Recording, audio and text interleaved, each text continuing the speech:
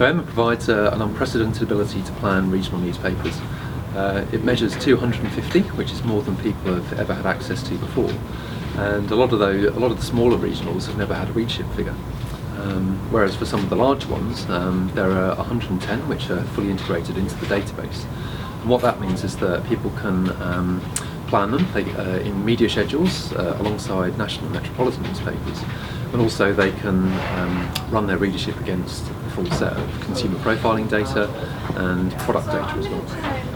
The market served by regional newspapers is basically everything outside of the 5 main metropolitan cities. So that's a market of 7.6 million people.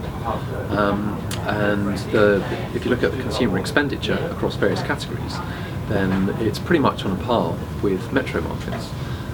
So as one example, if you look at their weekly supermarket spend, then it's pretty much the same on average as it is for metropolitan Australians.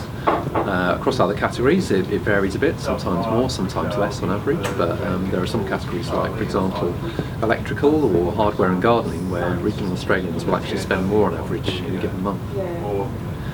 For advertisers wanting to reach regional Australia, regional newspapers offer an ideal way to do that, in the sense that 3/4 of regional Australians read a newspaper on a weekly basis, and that's 5.7 million people that you can access.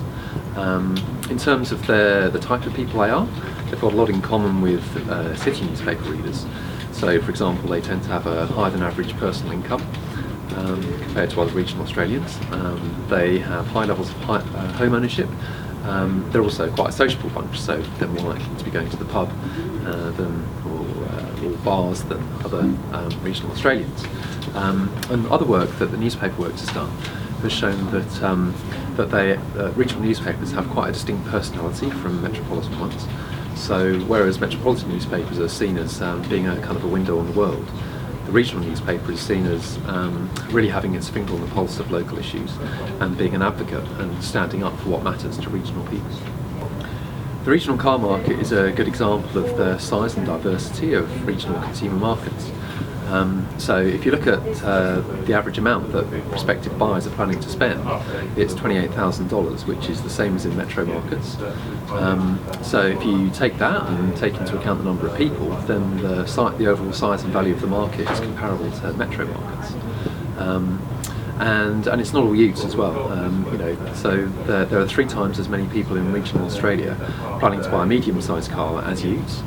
And if you look at SUVs, they're the second, in terms of the type of car, that's the second most likely that they're going to be thinking of buying in the next year. So actually half of the prospective buyers of SUVs are in regional Australia.